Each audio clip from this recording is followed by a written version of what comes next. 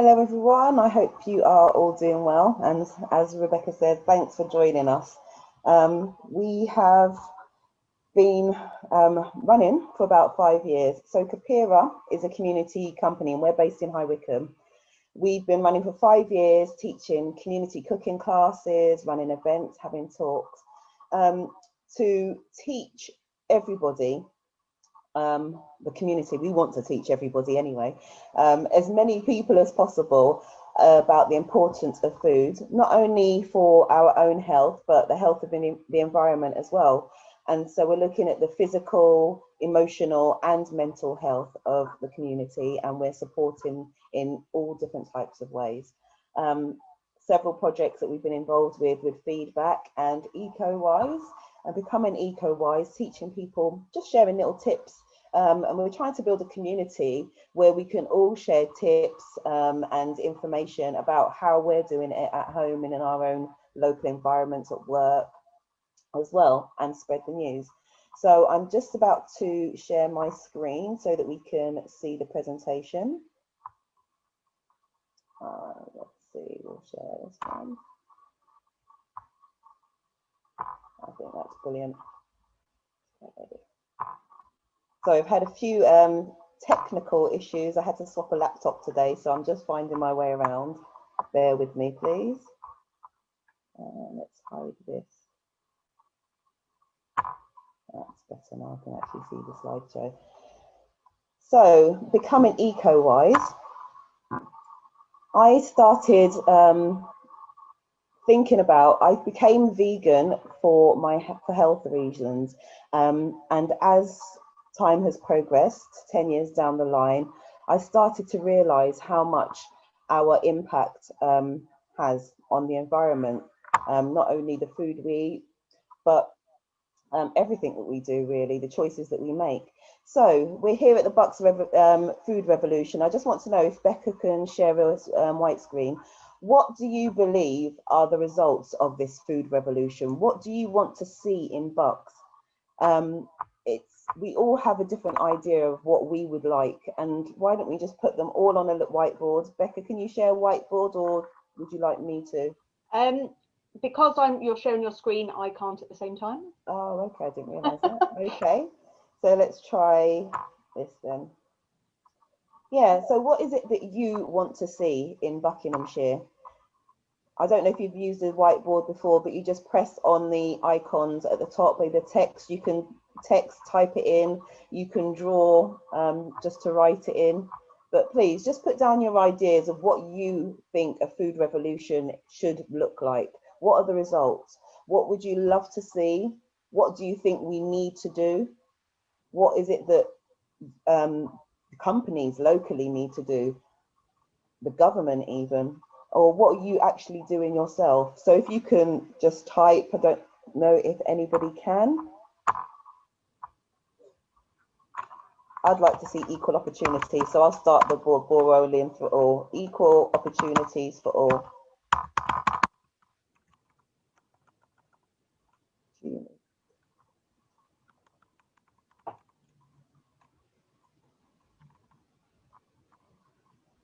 Please join me with your ideas.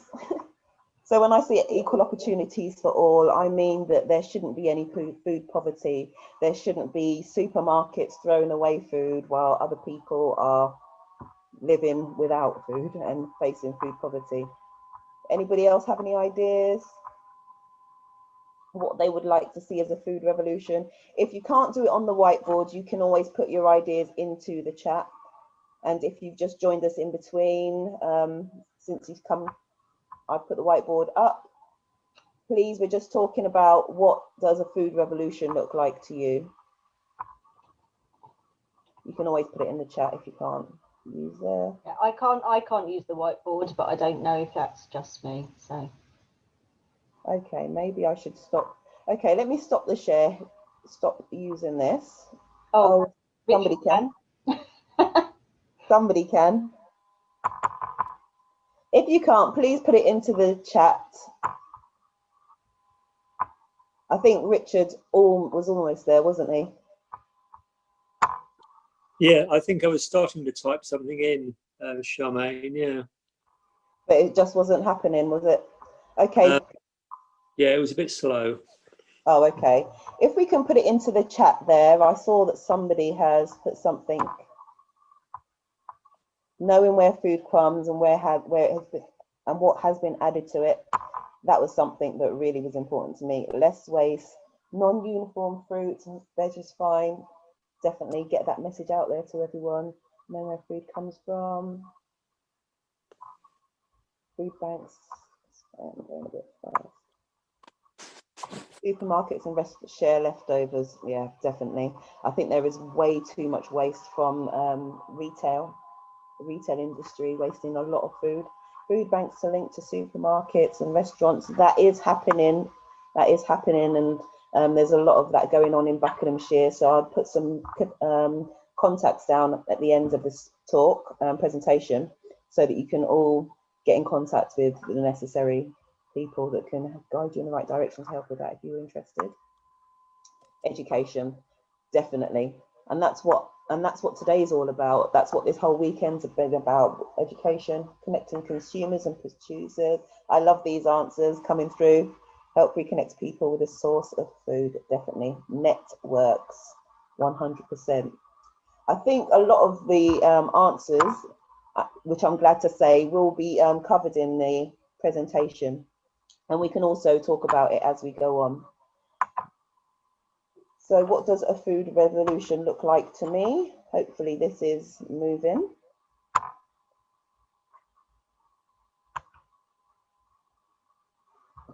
I think the term food revolution came about because of a John Robbins in 1987. He wrote a book called How Your Diet Can Help Save Your Life and Our World. Now, 1987, this was written.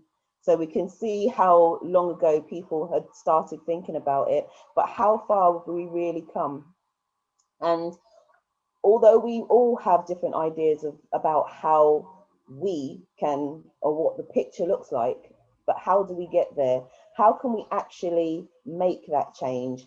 And what are the steps to get there? How can we play our part? And in my opinion, what we have to do is look at our own individual roles.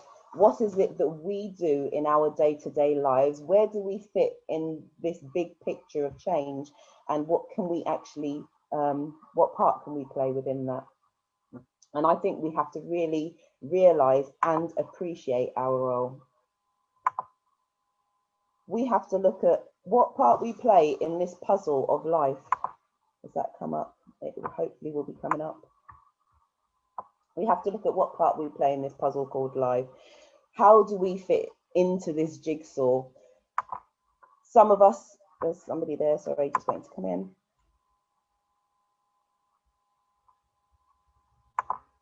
Sorry, this is not actually moving. Can anybody see, can you see it moving at all? Sorry.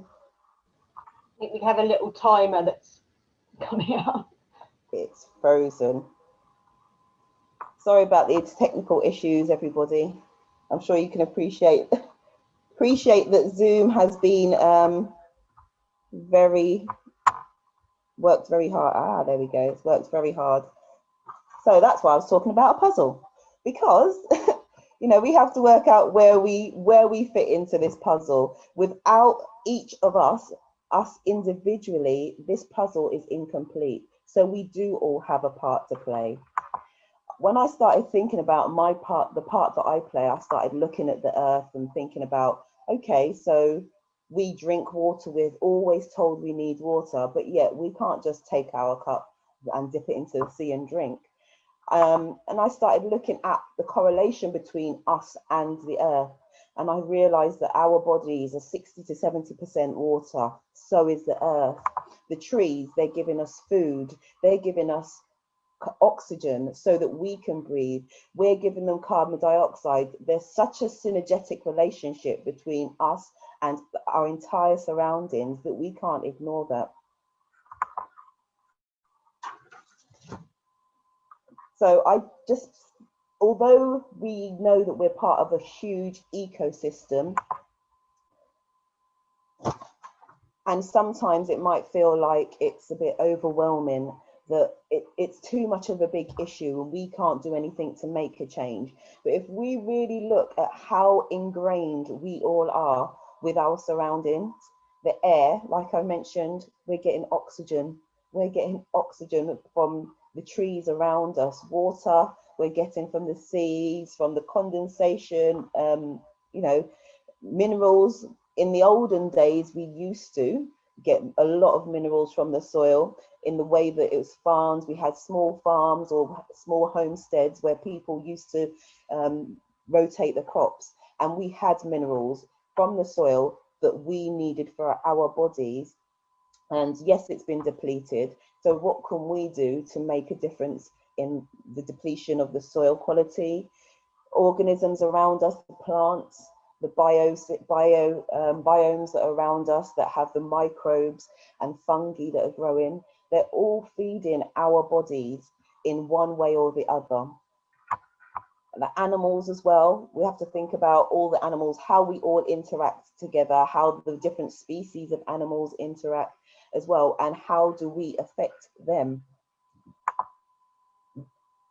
We can't just say that this problem is too big for us, because if it was too big and our actions were not important as individuals, we would not be in this position that we're in now, with waste, excess waste in all areas, plastic, food. What I like to say is that convenience has become inconvenient, because having something quick in a package all nicely so that we can have it quick has been inconvenient to our environment, and things in our environment that have become inconvenient to our health as well. So what I'm just going to do is show a quick, hopefully I can change this over. I'm going to show a quick YouTube video.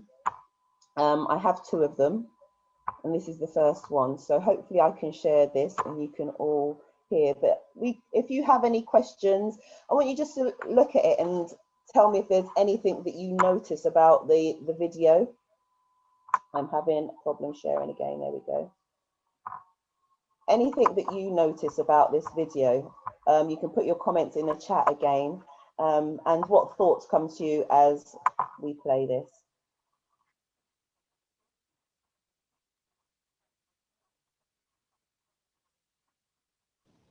You're going to have the sound on that computer, Charmaine. Okay, sorry. The sound should be on. Let's select. Are you muted on the computer you're sharing from now? I thought I wasn't. It doesn't say that I am here. Okay, let's stop the share. Sorry. Okay. No.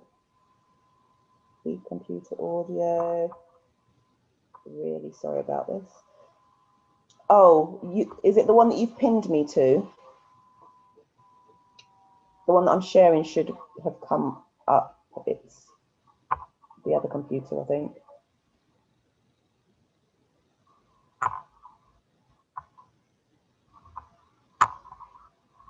No?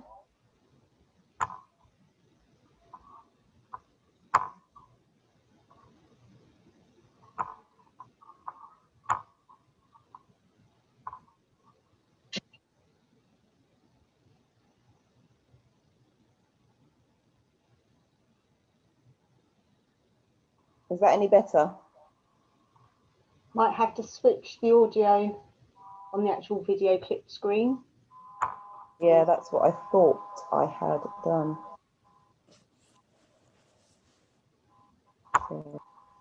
Okay, let's see if this helps.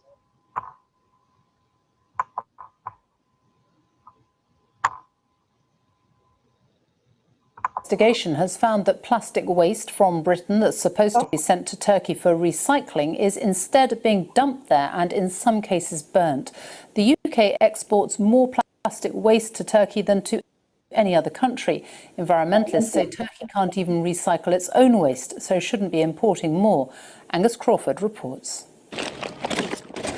Wading through plastic. dumped on an industrial scale. Filmed just before lockdown, all this was sent here for recycling. But now it lines the streets of Adana in southern Turkey. And some of it's a long way from home. British beef stewing steak. What's this? Union Jack. There's some ham. £3 for two. Last year, the UK sent more than 160,000 tonnes of waste plastic to be recycled here in Turkey. Does this look like recycling? We watch as bag after bag arrives. This Syrian boy says they were given the rubbish and just told to get rid of it.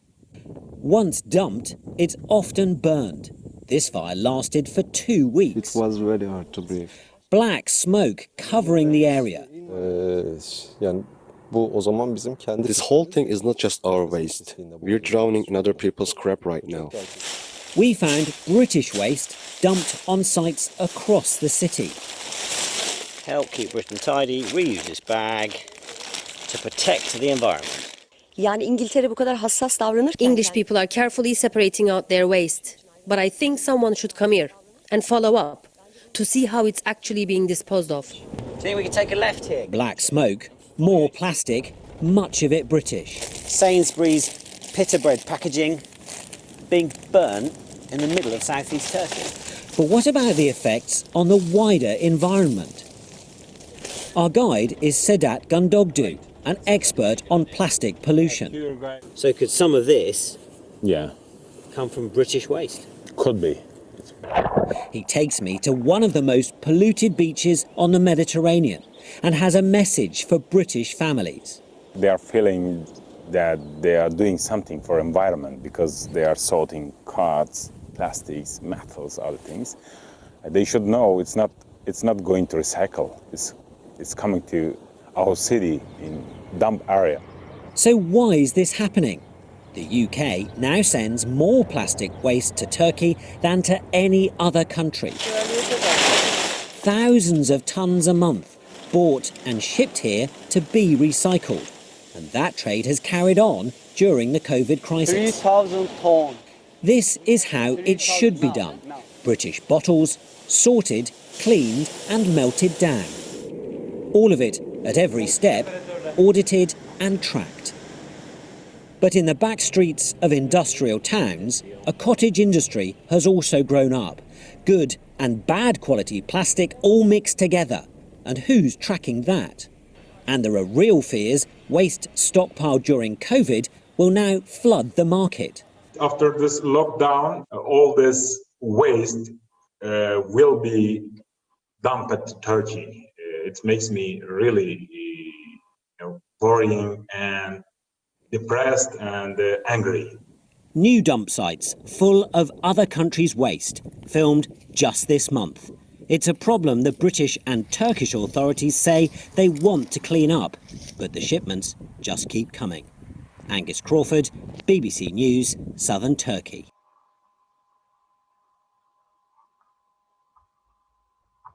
So as you can see from that news report, I don't know, did anybody put any comments into the chat there?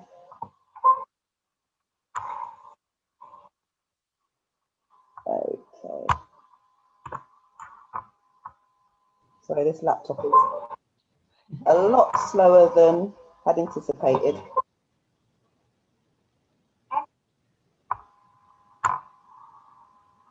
Yeah, someone says a shocking clip. I know, it's awful. I think, and what came to me, can you still hear me echoing? Sorry.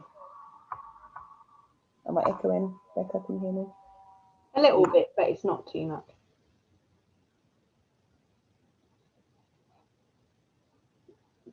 We now can't hear you at all.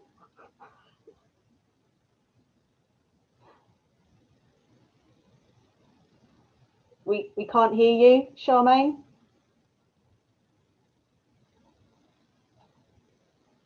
I don't think she can hear me.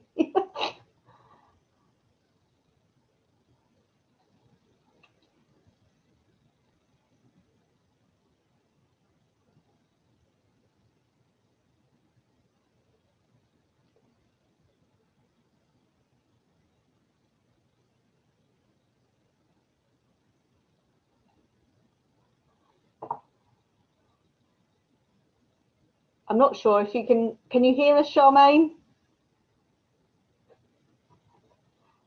Obviously not. We can't hear you.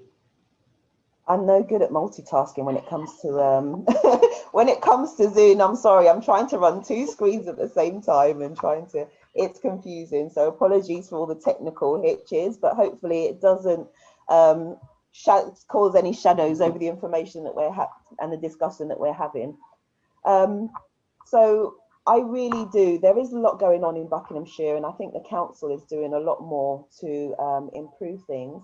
But even the fact that the recycling bins and centres have been removed from supermarkets, it makes it less accessible to people. And I think there's so much that we have to do. And as we all know, at the beginning of COVID, everything changed, a lot changed. Let's just move that across. Yeah, so at the beginning of COVID, so much changed, and we saw a lot of fly tipping happening in our local areas. And I think the thing that we have to look at as our own environment is the fact that what we put out into our environment does also have an impact on our own health, not just the health of the earth and effects on climate change, but on our own health. As we can see here, the air pollution, water, soil contamination as well. And people are getting things like headaches, fatigue, respiratory illnesses. Even some cancers have been associated with pollution and toxins in our environment. There have also been certain studies that say that things like Alzheimer's and different types of dementia, other types of dementia, I should say, could be caused by toxicity. So whatever we're putting out into our environment, we're also taking back in. And when we look at this, the next picture that we have up on the screen, we can see that there's so much, if it will move. There's so many things that we have to take into consideration with the air pollution. How much pollution is going out there when we're transporting the food from farm to our plate? Water pollution, do we know? We've been so far removed from the actual production of the food or the growing of the food that we don't know how much water is used in actually producing the food. We don't know how much the companies that are producing the food are polluting our waters and what they're actually emitting themselves into the atmosphere. And I spoke about the soil degradation. It's also contamination with fecal matter and so forth from the farming industry, and also which then leaches out into the water. So we're using more energy to clean water. We're using more energy in other areas as well, as we all know, and it's all having an effect on us. Just as we're having an effect on our environment, it is having an effect on us. And so that's why it's important to know what we're eating. How is the food grown? As we saw in the chat, somebody mentioned, how is it grown? What conditions is it grown under? What do they put on the food? How is it transported to us? What is it actually packaged in? Is it safe packaging that's been used? What do we do with that packaging after we've finished with it? What do we do with the food when we've got it at home? How many chemicals are in that food already? We don't know, because we've been so far removed from this.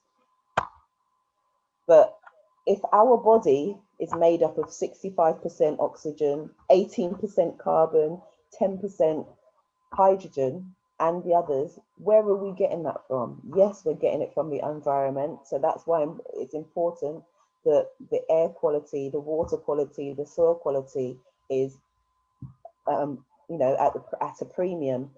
Carbohydrates, we all see on the labels, food labels, carbohydrates, proteins, fat, but do we actually know what that means? Where are those ingredients coming from to make up this food that's been so neatly packaged for us? Carbohydrates, that's where we're getting our carbon, our hydrogen, and our oxygen. Look how much of our body that actually makes up. So don't we want to ensure that what we're taken into our body is quality? Proteins, we need everything and some other trace minerals. And people that we tend to forget why we're actually eating, and sometimes it's just a gap filler because we know we have to eat. Other times it's an emotional crux. We've been so far removed, and as I said, convenience has become inconvenient, not only to the environment but to ourselves as well, because we have lost that connection with the purpose of food. And if we're eating quality ingredients, then we won't have certain conditions, headaches, certain cardiovascular conditions. The reasons why you see carbohydrates, proteins, fats on every single food is because every single cell of our body needs those. You know, the proteins, nothing can go in and out of our body cells, every single cell, without quality protein channels. Where are we getting the proteins from that we're making up these? You know, our cells are coming together to combine and make these proteins channels. Where is it all coming from? Other vitamins and minerals, the magnesiums, iron, the B12s. I know a lot of people know about B12 in the soil, iodine, certain minerals that we can get from the soil and get from water. Because of the contaminants, it's harder for our body to extract that from the food that we are getting. But our body needs all those minerals, all those trace minerals and vitamins to actually function. So that our body can make blood properly, we need B12, we need iron. So that our nerves function correctly, we need the B vitamins, we need calcium. You know, so that our cells function properly, we need the carbohydrates, but we have to be ensuring that the quality of these ingredients are premium. So how can we change? What can we change in our own environment? And it's for everybody, it's an individual journey, because I don't know where you're starting from. I'm here, sitting here, giving as much information as I can, just to help ignite a fire in somebody to actually look at how they're treating their personal health as well. Because once we look after our personal health, and that's the thing that I like to really express, is that once we're looking after our personal health and putting our personal health as number one on the list, then the health of our environment has to be improved out of that. Because we'll be thinking about, okay, what plastics are wrapping the food that I'm eating? Is that leaching into the food? You know, we think about more things, and then that has an impact on the plastic waste that we're producing.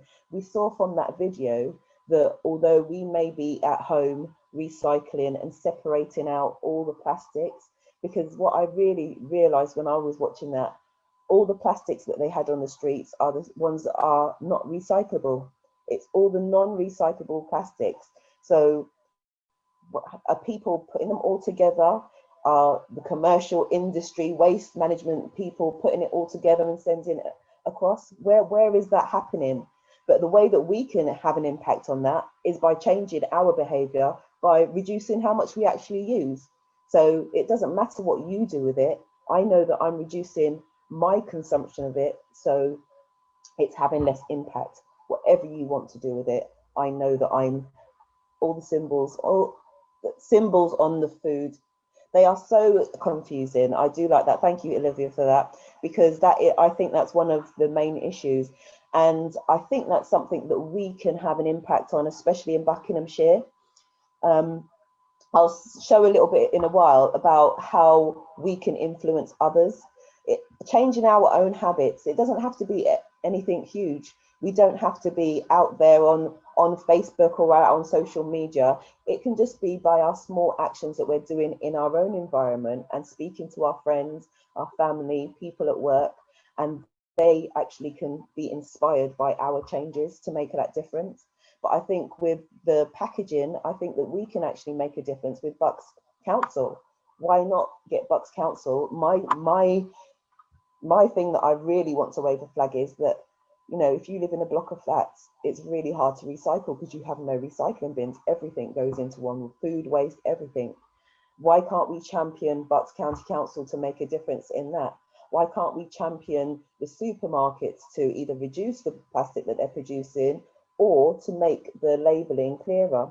Why can't we champion the government to have national recycling, so that everybody knows that which bins, what goes in which bins, because it's different for each area. And I love that idea of more refill shops. I think if more refill shops, making them another high street store would actually improve things. And it's about making things accessible. Oh, that would be a brilliant idea, actually, to distinguish them for the food miles as well. I think that is really good. I will come back to some of the questions and comments in the chat in a minute. I've also got this thing, this video here, that hopefully it won't be as complicated as the previous one to show you. But I'm going to share another video of what they are doing in India.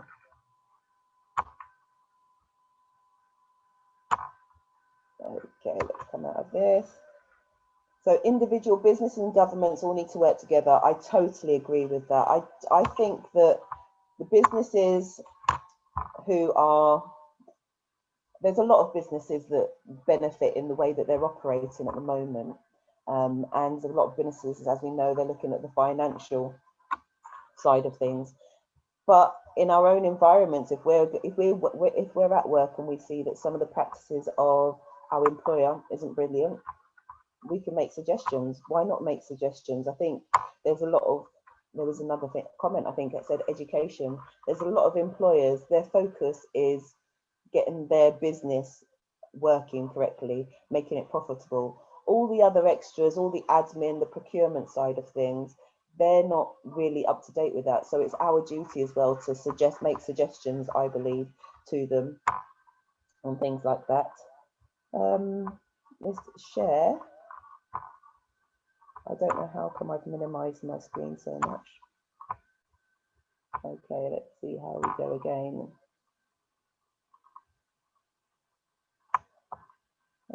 Ban plastic cups in coffee shops. I think so many businesses get away with not making a change quick enough. And as you'll see here, India have made a pledge. Hopefully you can see that now. To change by 2030. So let's see.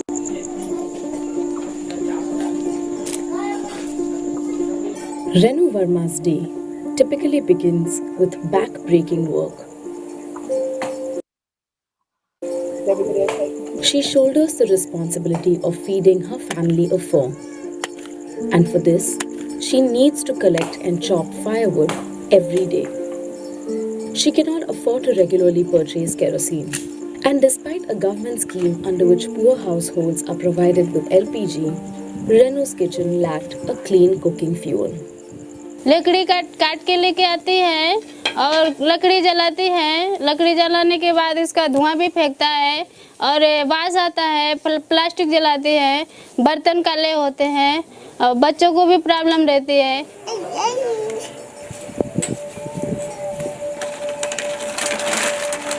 On the days she is unable to secure wood, she has to resort to burning plastic, available in plenty around her, which can leave her family and her at an increased risk for respiratory diseases like asthma and heart diseases.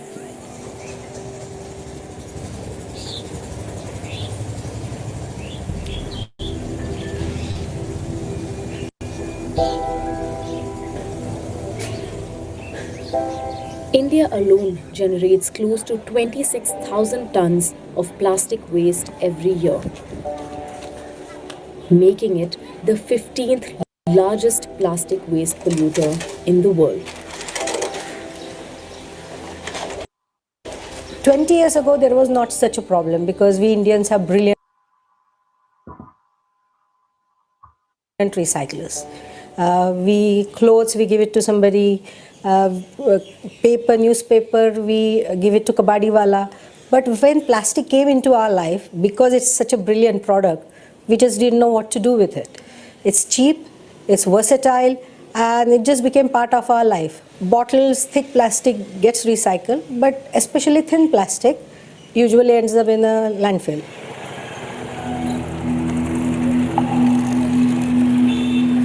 It is this type of thin plastic known as multi-layered plastic packaging or MLP, that slips through the cracks of India's waste management system. MLPs are also glaringly absent from the dirty dozen list. The 12 single-use plastic items which have been banned in India starting October 2019.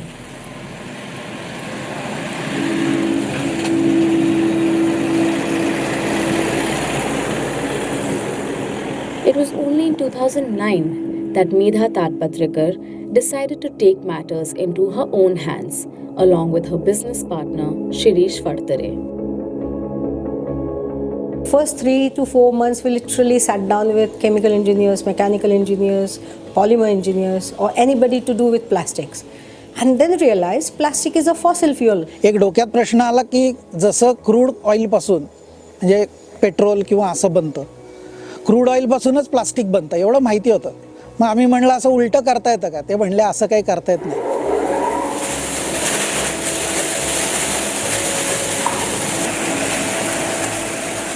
After months of research and failed experiments with the help of scientist friends, the duo adapted a technology that converts all kinds of plastic waste to get a high-grade fuel that is environment-friendly and has a high calorific value. With a production cost of 23 to 34 rupees per litre, this polyfuel can be used directly as a source of burning without any need for further processing. When you burn this, the sulfur output is much less than the diesel. The diesel allowable sulfur content is around 80 ppm, while with us is 0.17 ppm. So emission wise is much more cleaner fuel. In July 2009, they established a public limited company, Rudra Environmental Solutions, and set up a trial plant with a capacity of 50 kilograms in Zejuri on the outskirts of Pune city. तो फिर आज कितना plastic आ गया? बहुत आ गया. But it was only in 2016 that they set up this third generation plant with a capacity of 500 kilograms that is the core of their plastic waste recovery facility. आमच्याकडे दुसरा प्रश्न निर्माण झाला की जे काही प्लास्टिक आपल्याला या प्रोसेसमध्ये लागणार आहे तर ते प्लास्टिक आपण जमवलं पाहिजे. कारण जर बघितलं तर महानगरपालिका किंवा नगरपालिका यांच्या काही सिस्टीम आहेत तर त्याच्यामध्ये ते प्लास्टिक गोळा करणारी यंत्रणा कुठेही नव्हती.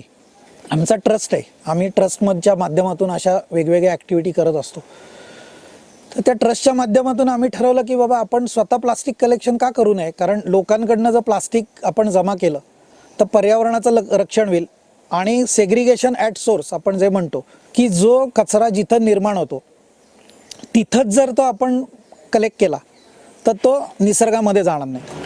So this is the easy reckoner that we use to make people aware of the kinds of plastic that is recyclable. Local volunteer organizations like this group of residents from 34 housing societies are important in Rudra's fight against plastic pollution.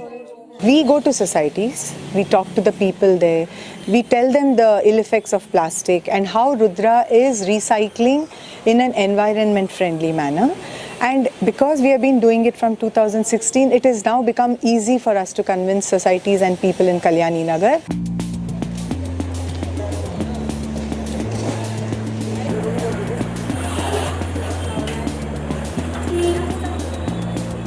At Aditya Garden City, an urban township in Pune, this has become a regular sight. Over 100 families in this residential complex segregate their waste and keep aside their plastic waste every day.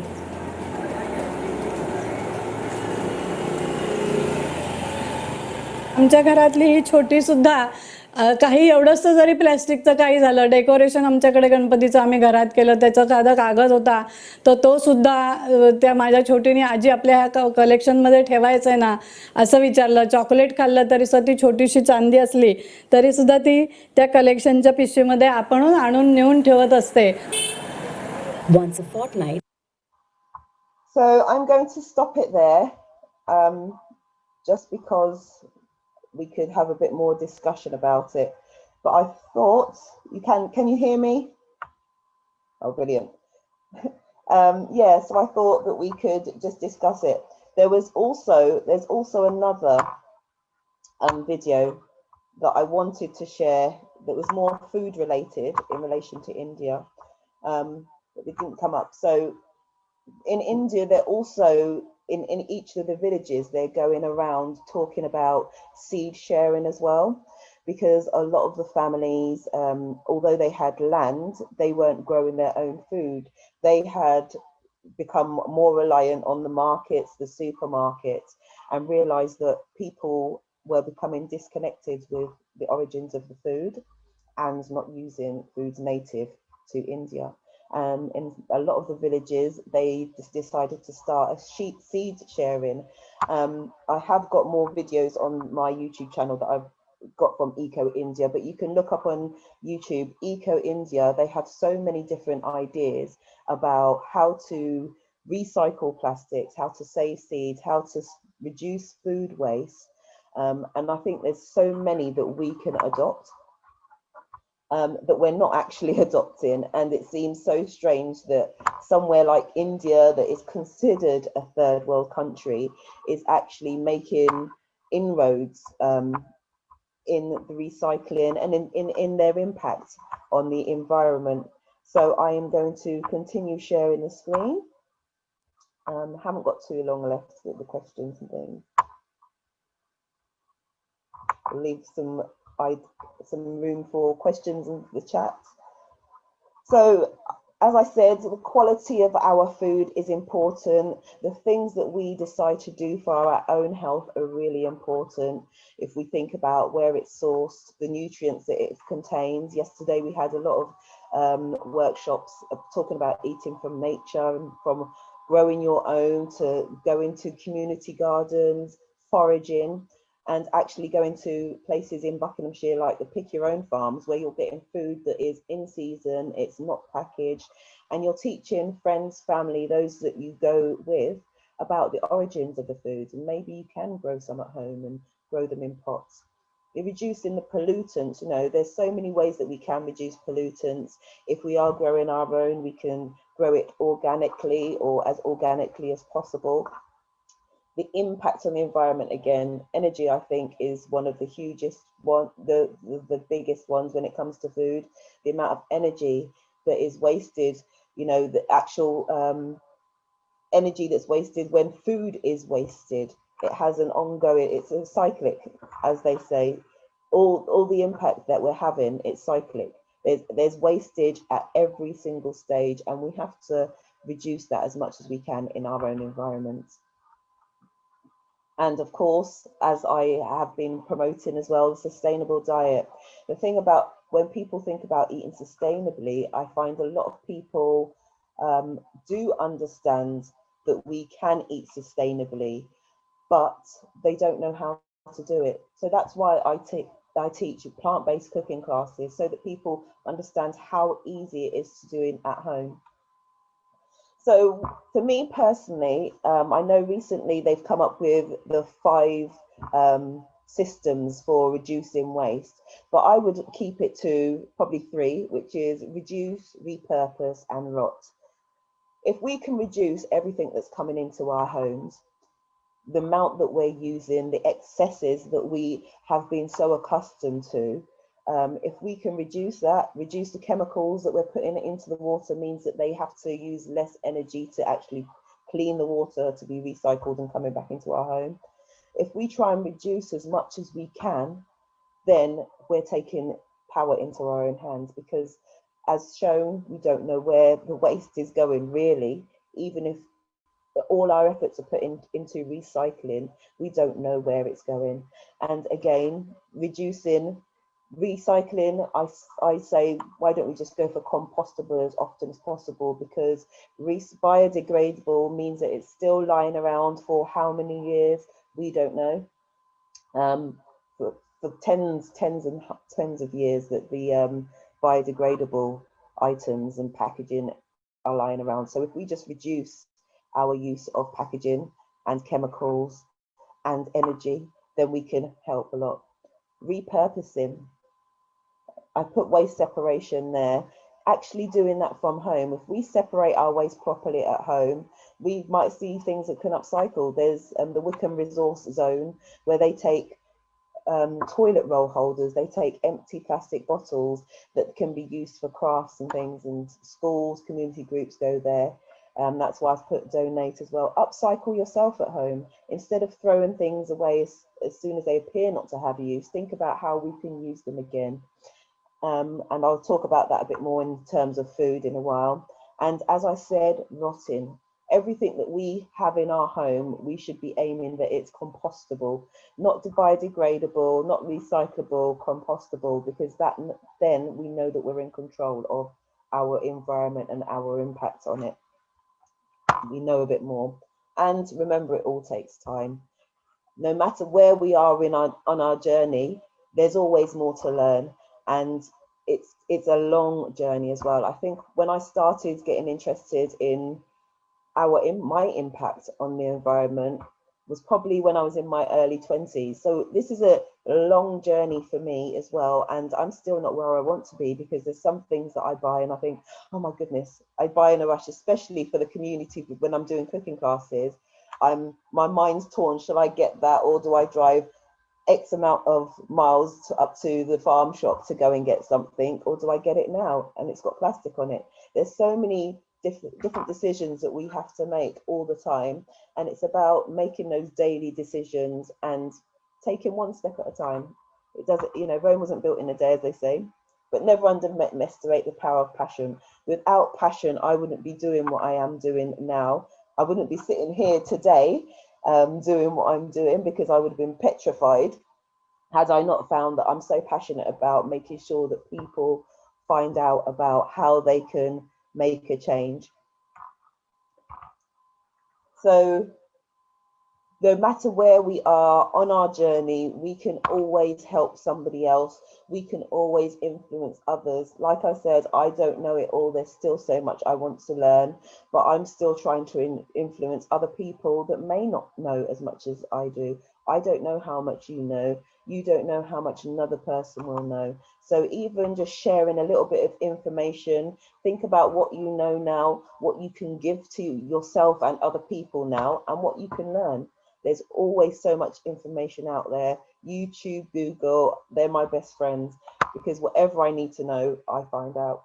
And as I said, you don't have to be someone there that's out in the forefront of social media, in the media generally, local media, saying, being an activist that is working for political change. You don't have to do that.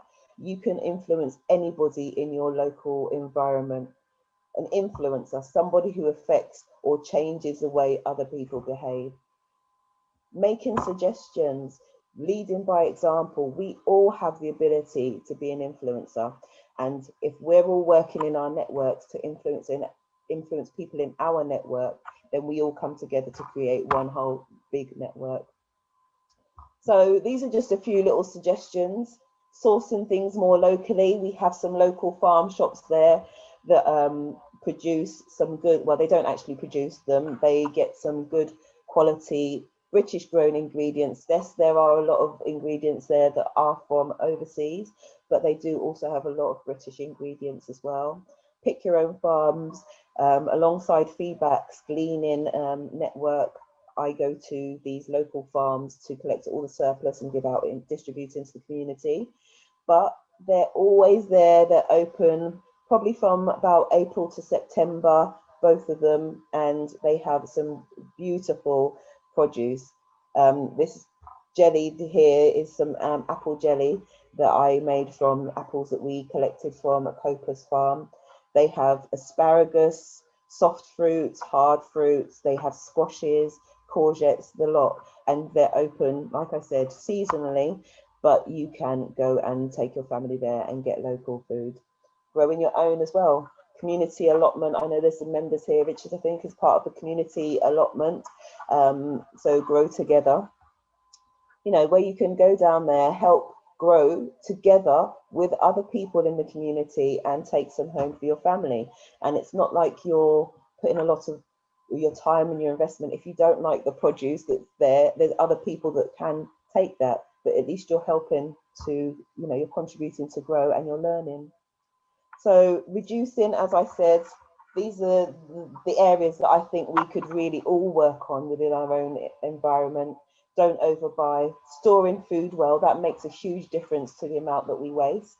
Using as much of the food that we have as possible, and also buying food with less plastic, which means we could, you know, go to the farm shops, less plastic, less food miles. When you're saying buy less plastic, it comes with so many other benefits. Repurpose, eating leftovers. I never used to eat leftovers, and now they're my best friend. I'll have leftovers in the freezer, I'll have my dinner, evening dinner, I'll have that at lunchtime. You know, it's about using the food, and that's my priority. It's not about, oh, I can't be bothered to eat that today. If I can't be bothered to eat that today, that's going in the freezer for another day where I will be bothered that I can eat it. Freezing foods, again, like I say, I do that a lot. I do that with fruit, try and do that before they actually get to the stage where they need to be thrown away, or as soon as they come in as well. It's a good thing to do. Try and plan. Everything takes planning, I realise. It all takes planning. Skin peel stock as well. In that picture there, if you can see, I've got some onions that I just peel the skin off. As I do a lot of cooking, I've always got onion, carrots, cabbage. I'll even use garlic, the peel from the garlic as well. Here you can see I've got sweet corn that wasn't quite good when it came out of the cob, the husk. So that went into a stock, boiled up with some spices, and I use that as a vegetable stock. Put that in the fridge, put that in the freezer, and then compost the waste. Preserve food. I love preserving. If you were in the workshop yesterday, I had a little trolley full of all my preserves. Preserving, you can preserve absolutely anything if you catch it in time. So look, like I said, there's lots of videos. We do a lot of cooking classes and show people how to do preserving as well. And compostable. I said, you know, I think that we should actually be speaking to Bucks County Council and doing something about the recycling in the area, but composting as well. I've recently bought a home composter. I live in a 1-bedroom flat and I'm composting. I've got an indoor composter. It doesn't smell, and it's the Bokashi. So I just get some grains and actually use those, sprinkle those on top. And there is the Kalia as well, which is more like an anaerobic digester. I'll come to that in a second. Somebody's just put a question up. Yeah, so you've got ways of composting inside as well. And if not, take it down, keep it, store it in your little food caddy and take it down on a weekly basis to your local allotments. There's so many allotments around in each parish, I think, around the area. There'll be some allotments. Or we have the community allotment, which is down at Sierra Road. You can take it down there. I'm sure Richard would be happy to do some more composting. That's where all mine goes from the business. So sorry, Richard, you might get an influx now. Yeah, so eating more plant-based meals. Some people find it difficult, and as I said, they do. That is my biggest question. When I turned vegan 10 years ago, what do I eat? Veganize your favorite meals. There's so much available in the supermarkets now. And there are statistics, Feedback Global, Vegan Society have so many statistics on the impact of farming, livestock farming on the environment. And there's a lot of research. Plant-based professionals are doing some research on the impact on our health. So try a different meal each week. It's not about doing it all of a sudden, throwing everything out. And that's another thing about being eco-wise. It's not about clearing the cupboards, because that's not being eco-wise. You're not using up what you have. It's about that gradual change. And it's the same thing with eating your plant-based meals. Reducing dairy intake was one of the first things that I did, because that has a huge impact as well. And it also has an impact on health, and it had a huge impact on my personal health. So that's one of the first things that I removed from my diet. And research. Look, research. Whatever interests you, whatever questions come into your mind, research online from a neutral position so that you find the information that you need to make an informed decision. Because there's so much information out there, and yes, it is confusing, but we all know what resonates with us. So research is what I say is the best thing to do. We all know about using less plastics, and I'm sure we all have our own ideas. I won't go too much detail because I know I am overrunning on my time. Sorry about that. But we know that there's ways that we can do that at home. We can do it at work, and when we're out and about, use our voices. If we don't like something, we've got to this point where we're not allowed to say what we actually feel. But if we think there's a better way that a company could do something, or a retail shop could do something differently, make that suggestion, because if we don't say, if there's not a demand for it, they won't supply. So I have one question. If Becca could put the poll up. What pledge can you take at home to improve your food choices? What could you do right now? And I'm just going to stop this video. If you can put your vote on. Can you see that, Becca? Can everybody see that? Do I have to stop sharing? No, it should pop up. Okay, that's good, because I can't see it at the moment. Let me stop sharing. And then you can see that. Yeah, so if you can all just answer that, I'll do 2 seconds.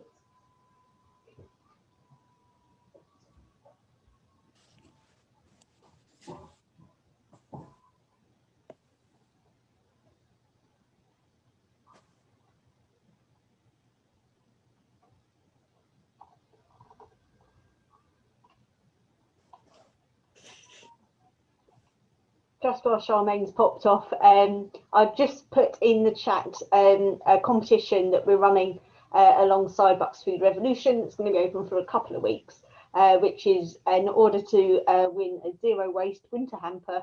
If you could share your top tip about reducing food waste to the link in the chat, then you could be in chance of winning that hamper.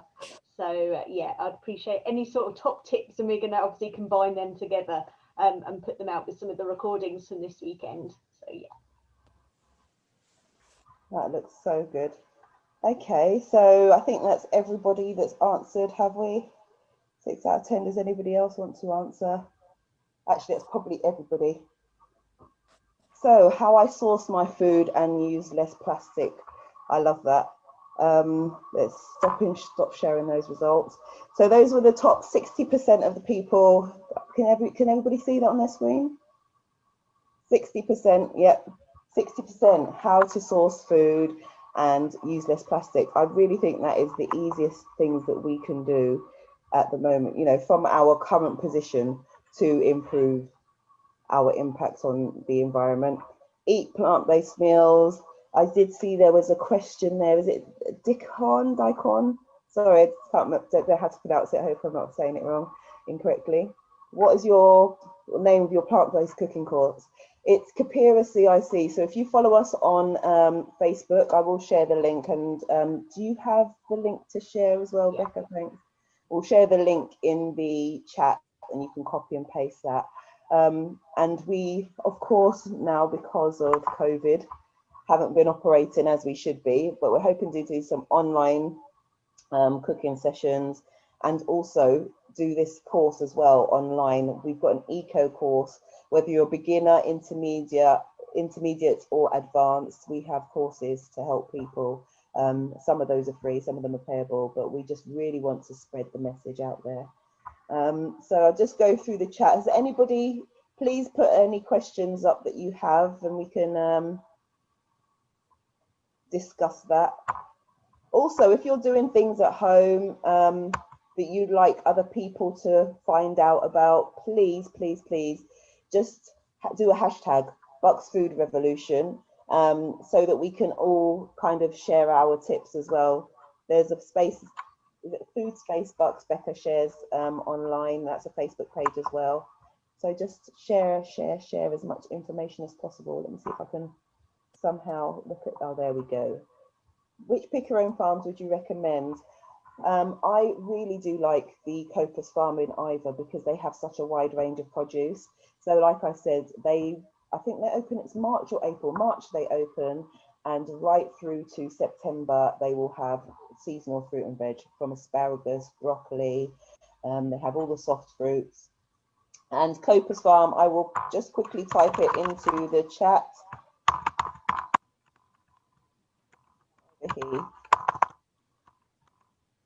They do have another one in Cookham. They sell mainly soft fruits, or I think they have apples and pears as well, but they're really good.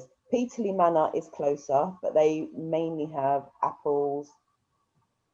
Where are they based? Ivor is just outside of Slough, so it's sort of between Slough and Uxbridge. It takes probably about 20 minutes to half an hour to get over there. There aren't any direct routes. Sorry, you have to. It does have to from be Wickham. Is that 20 minutes from Wickham for people? 20 minutes from, I keep forgetting, I just presume that I'm Centre of the talking universe. Sorry, from High Wycombe. Sorry, everyone. Yeah, 20 minutes from High Wycombe.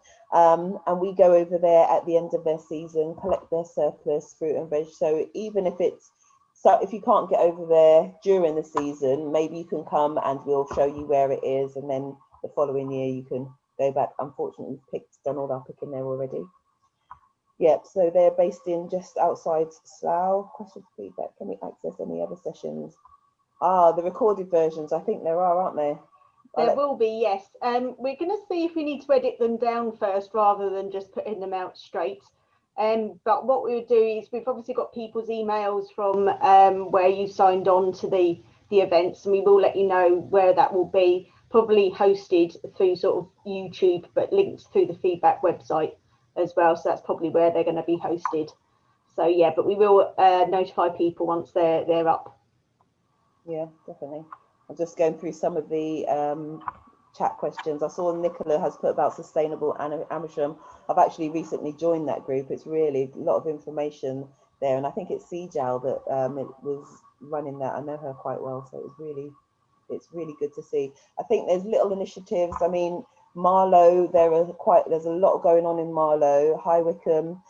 There's also the Bucks Food Partnership. I think that's open to people that are part of the food industry or working in the community. So there's so much going on in Bucks, and I think if we all work together, Orchard View Farm, yeah, I think that's where we took the pears, wasn't it? It is. We took some pears, didn't we, from the we had a bit of an urban harvest gleaning session at the Aylesbury Museum with their massive pear tree, and that's where all the pears went that were a little bit too bruised to make into food. So yeah.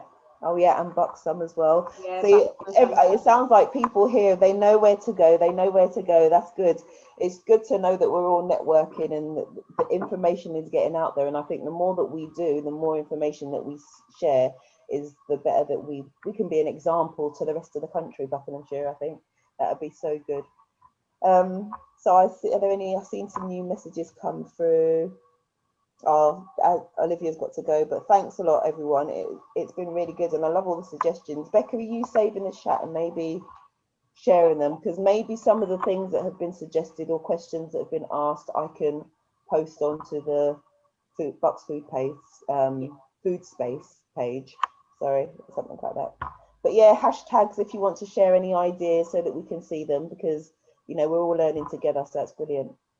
Yeah, we can also, we've got Food Space Bucks Community Food Network on Facebook as a group as well. So we do try and share out a lot of things that are happening. So if you're not part of that, or you do want to share something on that, it is open for everyone to share food related sort of articles or events you may be having, or if you know of a really good farm shop or scheme or anything like that, we'd love for you to share sort of all that information so that we can raise awareness on a wider scale. So please do join and share information on there. You'll be very welcome.